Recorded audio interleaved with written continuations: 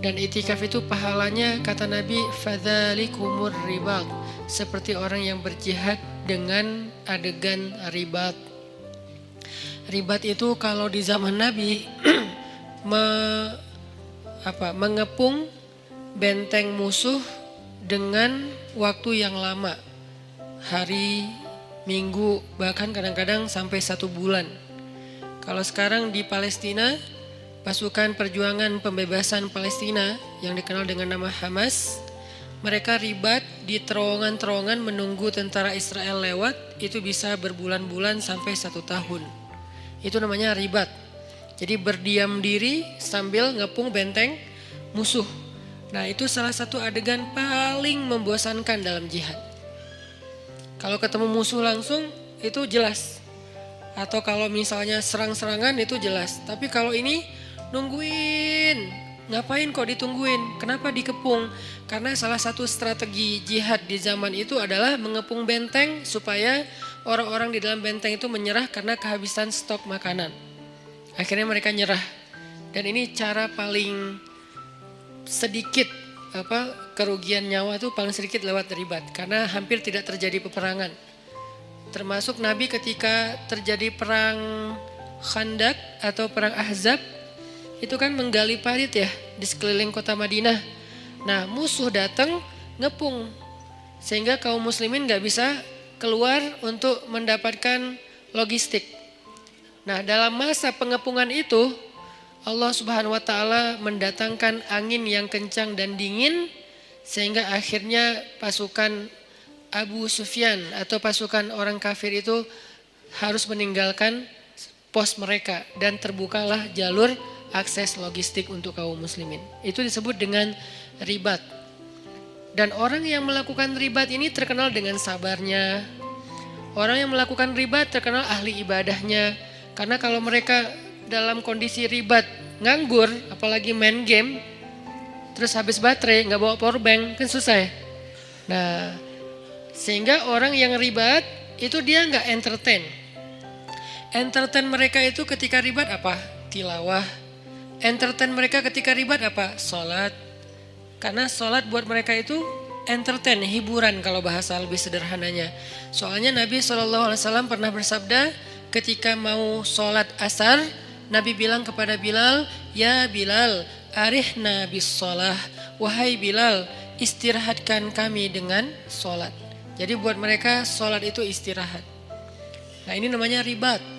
Yang mampu melakukan amal ini hanya orang-orang istimewa saja, yang kekuatan sabarnya luar biasa. Dan ayat ribat itu ada di akhir surat Ali Imran. Ya ayyuhalladzina amanus biru wasabiru warabitu. Rabitu ribat. Ya ayyuhalladzina amanus biru wasabiru warabitu. Dia level ketiga. Wahai orang yang beriman, bersabarlah. Kita aja masih di level ini nih, belajar sabar. Wasabiru, kuatkan kesabaran. Maksudnya apa? Ini untuk level kedua yang ujiannya gak habis-habis.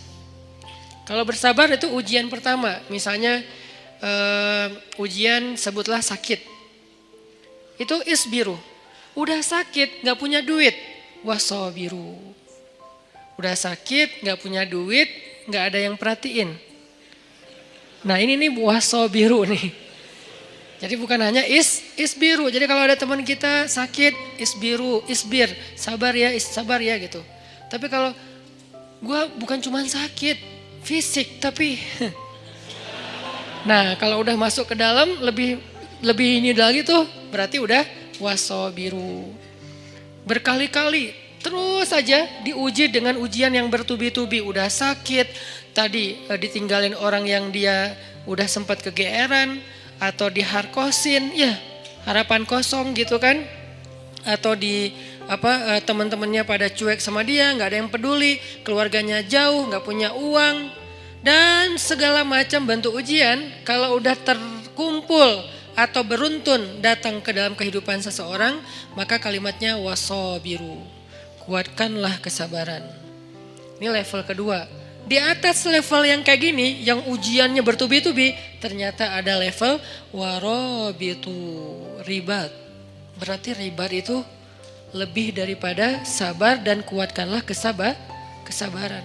Kayak Nabi Ayub itu sabar atau kuatkan kesabaran? Kenapa? Karena ujian beliau bukan cuma sakit.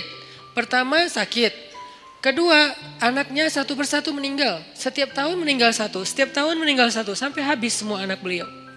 Ketiga, hartanya habis. Sampai beliau tinggal di gubuk kecil, di tempat yang sangat kayak terpencil gitu, kayak terusir gitu. Dan gak punya siapa-siapa. Yang keempat, keluarga besar beliau meninggalkan beliau kecuali istrinya. Sampai pernah saudaranya datang pengen menjenguk Nabi Ayub. Tapi mereka cuman dari luar, gak masuk ke dalam rumah. Kenapa? Mereka ngomong dan kedengaran sama Nabi Ayub. Mereka ngomong, jangan masuk, kenapa? Ntar ketularan. Itu kan menyinggung ya. Kadang-kadang kayak kita kena cacar ya. Kita tahu cacar itu nular. Tapi kita gak rela ada orang ngomong kayak gitu depan kita kan. Jangan ke rumah dia lagi cacar, ntar kamu ketularan. Kan tersinggung kan? Walaupun itu gak ada yang salah. Dia gak ngegibah, dia gak ngegibah sih. Salah, emang gibah sih itu mah. Karena definisi gibah sesuatu yang engkau bicarakan benar, tapi orang yang mendengarnya gak nyaman, itu gibah. Kebenaran yang kita bicarakan, tapi orang yang mendengar itu objeknya gak nyaman, sedih minimal kalau gak sakit hati itu gibah. Ya berarti gibah. Nah ini kan kita gak mau. Nah itu namanya wasabiru. Nabi Ayub dengan level yang udah luar biasa dahsyatnya ujian beliau disebut dengan kata-kata wasabiru.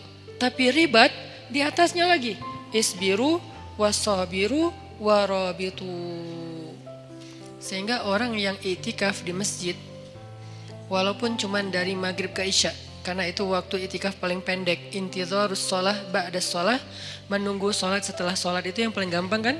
Nunggu isya setelah maghrib. Yang paling capek nunggu subuh setelah isya.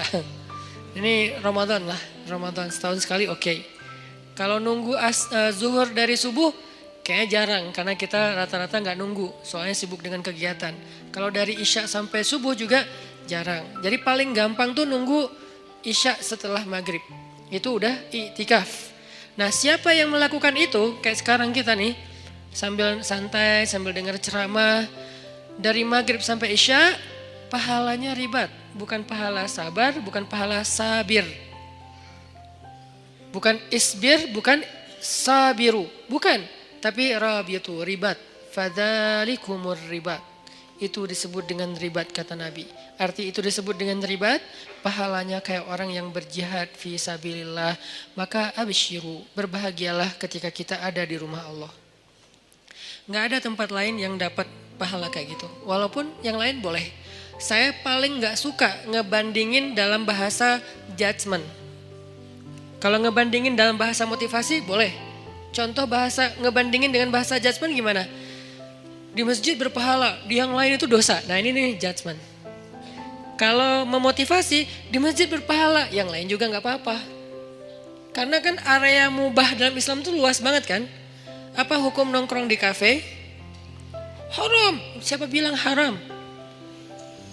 Lihat dulu kafenya gimana, dia nongkrongnya ngapain. Kalau dia lakuin dosa kayak berdua-duaan, oke, jadi bukan nongkrongnya tuh, khalwatnya. Kalau dia di situ kayak berjudi, berarti judinya. Kalau dia di situ misalnya kayak menggibah, berarti kumpulan gibahnya, perkataan yang sia-sianya. Tapi kalau dia nongkrong sekedar istirahat sebentar, sekarang namanya kafe, dulu namanya warung kopi. Kenapa di warung kopi boleh, di kafe nggak boleh? Lagi-lagi kayak kemarin. Kenapa bergaul boleh, gaul nggak boleh? Ya, kita terjebak dalam diksi. Warung kopi boleh, kafe nggak boleh. Padahal sama aja, cuman istilahnya beda. Tapi kan banyak kafe yang aneh-aneh. Allah alam di Bandung sih banyak yang nggak aneh. Keren-keren lah, artinya kafenya masih standar. Jadi saya nggak mau menjudge bahwa yang selain di masjid sia-sia. Yang selain di masjid dosa. Yang selain di masjid ahli neraka. Ya nggak gitu juga kali ya. Tapi di masjid terbaik, itu udah pasti. Gak boleh diragukan dan gak boleh diperdebatkan. Kenapa? Karena sebentar aja di masjid pahalanya udah kayak jihad. Ada gitu tempat kayak gitu di luar? Ada, di tempat orang sakit. Siapa yang datang ke rumah sakit atau ke rumah orang yang sakit, maka dia seperti berjalan di antara taman-taman surga. Seperti berjalan di antara taman-taman surga. Itu maksud Nabi itu sebaik-baik tempat di muka bumi itu masjid, maksudnya motivasi, bukan ngebanding-bandingin terus coret semua selain masjid, nggak gitu juga. Jadi buat teman-teman kadang ada yang nongkrong di mana, saya juga nongkrong. Nggak apa-apa, tapi masjid harus jadi tongkrongan favorit. Yang lain kayak gimmick atau tambahan-tambahan kayak bonus lah ya. Tapi tongkrongan paling favorit itu adalah nongkrong di masjid. Kalau ada yang nanya di masjid kok nongkrong? Ya nongkrong itu bahasa Arabnya majelis. I'tikaf itu artinya berdiam diri. Berdiam diri bahasa anak mainnya nongkrong. Ya sama aja. Jadi ini terjemah. 1. Niatin i'tikaf. Niatnya gimana Ustadz? Saya i'tikaf, udah selesai gitu. Gak perlu ribet-ribet, gak perlu misalnya harus cari dulu di googling niat i'tikaf, boleh, gak apa-apa pakai bahasa Arab. Tapi kalau gak ngerti bahasa Arab, an-niyah fil qalb, niat itu di dalam hati, ya gak masalah juga. Niatin aja, ya Allah saya lagi i'tikaf di rumah engkau, izinkan ya saya jadi tamu, diam sebagai tamu. Tamu mah jangan terlalu maceh ya. Loncat sana loncat sini, guling-guling. Nah ini mah kalau di rumah kita ada yang kayak gitu gimana? Anak kecil aja, dede, takut pecah inilah apa segala macam. Nah apalagi rumah Allah. Bertamu tenang, saking tenangnya sakinah. Bangun-bangun udah azan isya gitu kan ya. Jadi niatin i'tikaf. Yang kedua, niatin benar-benar dari rumah tadi tuh. Pas teman-teman berangkat ke sini, niatin ngapain? Mau tolabul ilmi, mencari ilmu. Mencari ilmu pahalanya gimana? Dari rumah ke sini dihitung sama malaikat. Berapa jaraknya? Nanti dikali sekian. Minimal kali 10, minimal. Gak ada yang kurang dari 10 dalam amal soleh dalam Islam tuh. Al-hasanatu bi asyri amthaliha kata ulama. Kebaikan itu 10 kali lipat dan itu diambil dari hadis. Minimal 10, maksimal bi ghairi hisab, enggak ada batas, itu maksimal. Sehingga kalau kita niatin datang ke sini pengen cari ilmu, selain tadi i'tikaf nongkrong di rumah Allah, karena rumah terbaik itu rumah Allah, saya senang aja demen banget nongkrong di rumah Allah, nyaman gitu, dapat rahmat dari Allah. Nah itu udah keren. Satu lagi cari ilmu. Sehingga jarak dari rumah ke tempat kita ini, ke masjid, nanti dikali sekian oleh malaikat, mudah-mudahan dikalinya ribuan. Kalau dikali 1000, misalnya jaraknya kalau dari rumah saya ke sini sekitar 1 kilo, berarti saya udah lebih didekatkan ke surga 1000 kilo. Jadi saya motong jalan ke surga 1000 kilo. Dari mana hitungannya Ustaz? Dari hisab. Dari padang mahsyar. Orang lain jalan 1000 kilo, itu berapa lama? Jalan kaki 1000 kilo teh. 1000 kilo dari sini mana? Sini Surabaya itu 700 kilo. Sini Surabaya balik ke Semarang. Gak ada kerjaan. Dari sini ke Surabaya saya karena nggak tahu kalau Bali berapa ya. Dari sini ke Surabaya balik lagi ke Semarang kurang lebih lah ya 1000 kilo. Itu kira-kira kalau jalan kaki berapa lama? 2 minggu? Gimana tuh kalau jalan kaki? Capek. 2 minggu ya. Berarti sekali kita mencari ilmu, Allah menghemat jarak kita ke surga dari padang mahsyar itu 2 minggu minimal. 2 minggu. Sehingga kalau misalnya kita dawam seminggu sekali kita cari ilmu dikali sekian ribu, berarti insya Allah sudah lebih cepat masuk surga 1 tahun, 2 tahun, 3 tahun, 100 tahun. Itu kalau dikali 1000, sedangkan Allah Maha Rahman, wa rahmati wasi'at. Rahmat Allah itu luas sehingga bisa aja bi ghairi hisab, dikalinya bisa lebih dari 1000.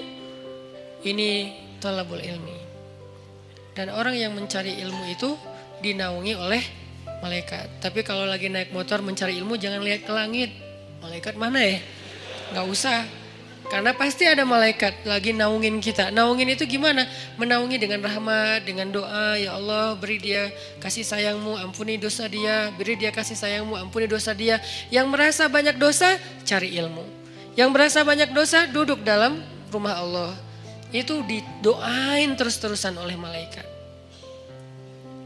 Itu aja udah keren. Belum lagi yang lain-lain. Ada doa-doa yang niat-niat yang khusus. Ya terserah, yang penting hasanah, kebaikan. Maka mudah-mudahan malam ini kita duduk di sini doang udah kemenangan. Kata Allah, ulaika ala hudam mir rabbihim wa ulaika humul muflihun.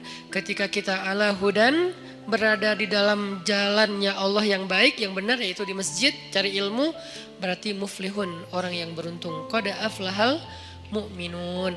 Dan seperti inilah harusnya kita menghabiskan usia kita, terutama anak muda. Sehingga malam ini kita membahas tentang mager. Ini termasuk mager yang berpahala. Magernya di masjid. Gimana magernya? Gak gerak, santai. Ada tempat bersandar, bersandar. Tapi jangan rebutan tiang. Sedapatnya aja. Yang gak dapat pun gak masalah. Jangan berkecil hati. Gak dapat tiang, jangan berkecil hati. Bisa di depan. Nanti hitungannya gimana Ustadz? Mana yang lebih utama ketika kita hadir dalam kajian ilmu? Duduk dekat tiang atau duduk dekat Ustadz? Tergantung. Kalau capek banget cari tiang. Kita harus berlapang dada dengan semua kondisi orang ya. Gak boleh kita menjudge. Jangan-jangan yang cari tiang tuh kayaknya gak ada niat banget nyari ilmu. Belum tentu. Kita mungkin kalau secapek dia bahkan datang juga enggak. Dia masih mending udah datang walaupun bersandar di tiang. Yang penting jangan sampai pagi, udah sampai beres taklim pulang. Ini artinya teman-teman bahwa ini termasuk diantara cara menghabiskan waktu yang paling berkah tuh. Duduk di masjid, dengerin ilmu, salah satunya, bukan satu-satunya, karena kebaikan tuh banyak banget.